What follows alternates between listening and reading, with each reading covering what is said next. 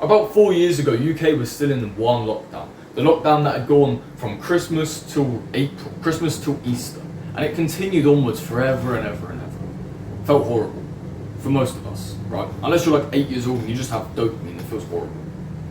This period of the lockdown was extremely interesting for myself, was extremely interesting for my family, because I just had got my own room for the first time in my life. Meaning, I no longer had to worry about outside noises and all of this other crap that before I'd cry about when I was playing my video games. Because I'll be honest, I was a DJ, and you were probably a DJ as well, so don't even sit there and say, oh, you're DJ idiots. I don't want to hear it. You were that too, don't be a hypocrite.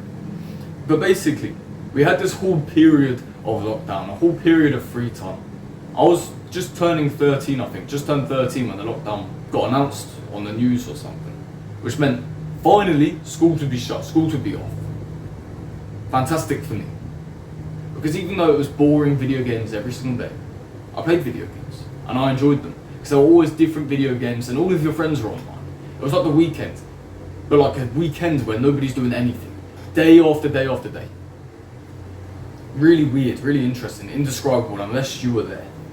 But the most important thing about this lockdown is I started to play a lot of Call of Duty, because that Christmas period, that birthday period for myself, Winter's New Year, for those of you who know, that little week between Christmas and New Year's, I got gifted the nice game Call of Duty Modern Warfare, which is this game on the screen right now. And I know a lot of people have mixed opinions about it, but I didn't care. I've been playing it on my dad's PlayStation 4 for about 8 months to a year, and I genuinely enjoyed it when I played it. So I don't want to hear anyone crying or complaining, oh, the game sucks. Keep that opinion to yourself, mate. I don't care. I was playing against the bots offline the entire time. I was using the Deagle, I was making my own classes and having a good time.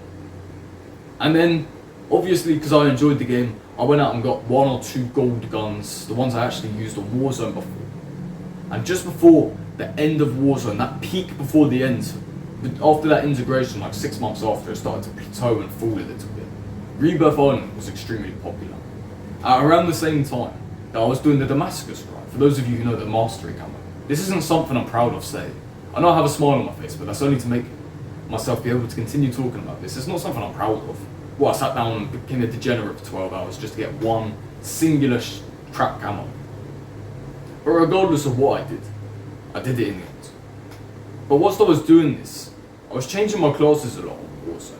There were these meta builds from the TikTokers that were saying, oh, this gun's the new best gun, this gun, all of these crap. And they were building them just for movement because that's what they like.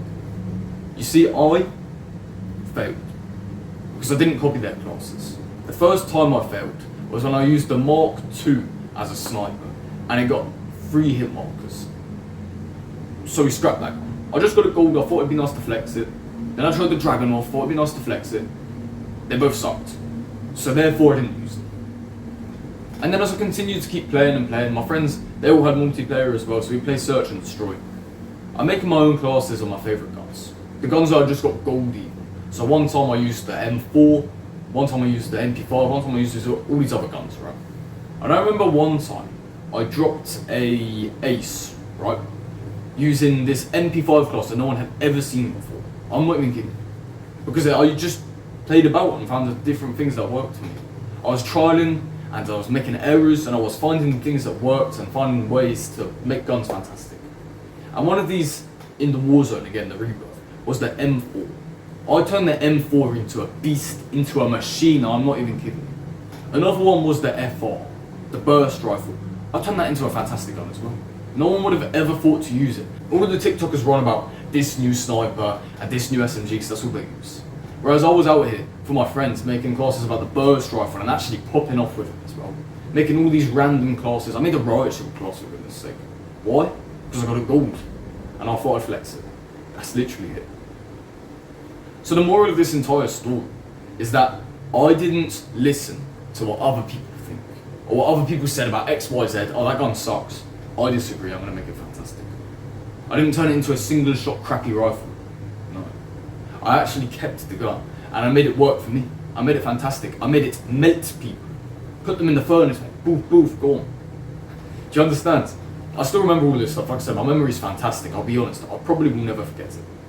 So I'm not even going to lie to you. I did all of this stuff. I tried all of these guns. The PP I found out, for those of you who know the Bison, That thing was a beast. I found that out, went into multiplayer instantly and leveled it up.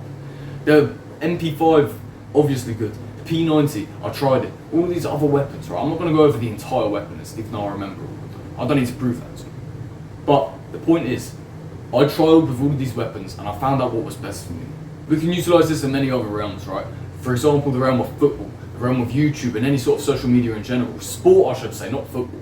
But my point is, someone like Xabi Alonso in football, he changed the game and went unbeaten for a whole league campaign. Why? Because he used tactics and strategies that were literally unheard of. And at first he got flamed for it, obviously, because it's unique. It's something that hasn't been heard of before. But then he proved everybody wrong by destroying the 11-year win streak of the Bundesliga.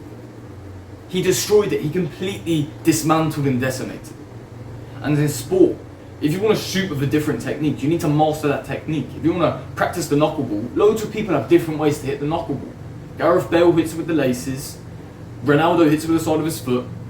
You might hit it with your bloody tip toe. You might toe poke it and it knuckles. God knows. You know, obviously. There'll be different techniques and very marginal different ways to do stuff. There's different ways to hit a three-pointer. There's different ways to hit a layup.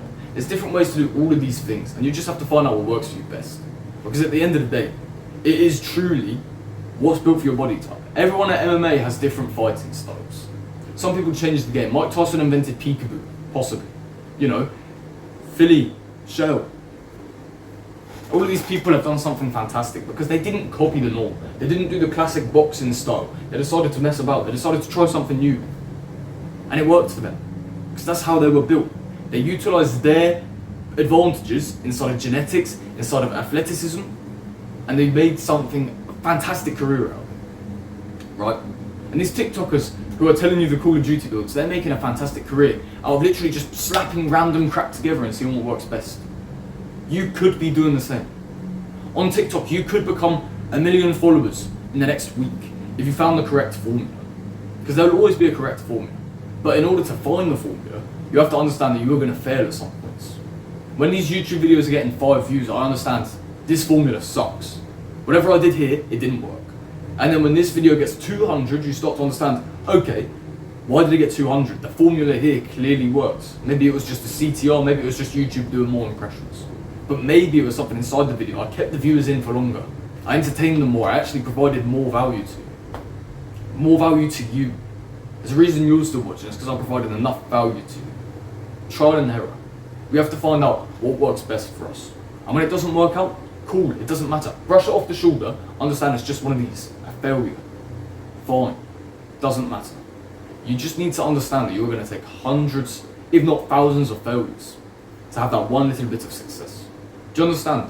When I came back into football, I started overthinking my technique. I started overthinking everything I used to do. I caught myself doing that. And then I realised actually, some of these techniques I picked up are actually quite good. Everything else is bad and I need to drop it out of my game. And then I become good again. I went from great to bad to good. And I'm sure, hopefully, I've done it the wrong way around. Hopefully it just keeps going up and up and up. That's what we can hope for, and that's what we can practice and train for. Make it as good as we can. You think YouTube isn't training for me? Technically, it's training. Why? Because we do it again and again and again. We practice it again and again and again. If you go back 5 months to my videos, I wouldn't have spoken like this. I would have spoken like this instead. Yeah, that's right. But I'm not going to go too far on that, but like a miserable person, not fluent at all. I don't have any idea what I was saying. Now I'm really good at it. Or at least speaking aspects. A little bit better, right? Let's not say I'm the best, but I'm a little bit better. There's no reason you can't do the same. Not a single reason. Genuinely. If you believe that the failures are mandatory, and the failures are going to come, and you just understand that, and have a smile on your face every time you fail, understand why you did what you did, and why it went wrong, and try and rectify that and fix it, then guess what? It doesn't matter how many times you fail, because inevitably, if you have that mindset of going again and again and again, you'll succeed. And when you succeed, it's not like a small amount of success, it's flipping large. You know the break the dam analogy? Imagine right now when you're trying different things. Yeah, let's say you've got a pot. You're just adding a little bit of salt, you're adding a little bit of pepper, paprika. I don't know what else. You'd be adding all these spices and seasonings, all of these vegetables and meats even. You're adding all this stuff and making a huge broth. and then you serve it to someone, then it's exceptional. That's the formula you must concoct. It's a stupid analogy, I know, but the more analogies, the better. The more different aspects you look at it, the better. That's something I've learned from YouTube alone. If you look at it from 10 different angles, it's going to affect more people's lives than if I look at it from just one. It's going to affect your life, perhaps the soup. I've tried this, I tried that, I tried the other. Whoops. How do you think people invented pasta? How do you think people invented pizza? How do you think people invented pizza rolls or something? I don't know. How do you think people invented cinnamon buns? They didn't decide, oh, I know the ingredients. They tried again and again and again. They tried different formulas. Flour, sugar. Oh no, I added too much sugar this time. Flour, less sugar, bit of salt, water, yeast perhaps. I don't know. Cinnamon and milk and eggs. And they found the formula that works. You need to go out and do the same. Understand you're going to fail. It doesn't matter. Just keep going regardless. And regardless of what happens to you, brother. May God bless you, brother. Stay strong out there, and I'll see you tomorrow.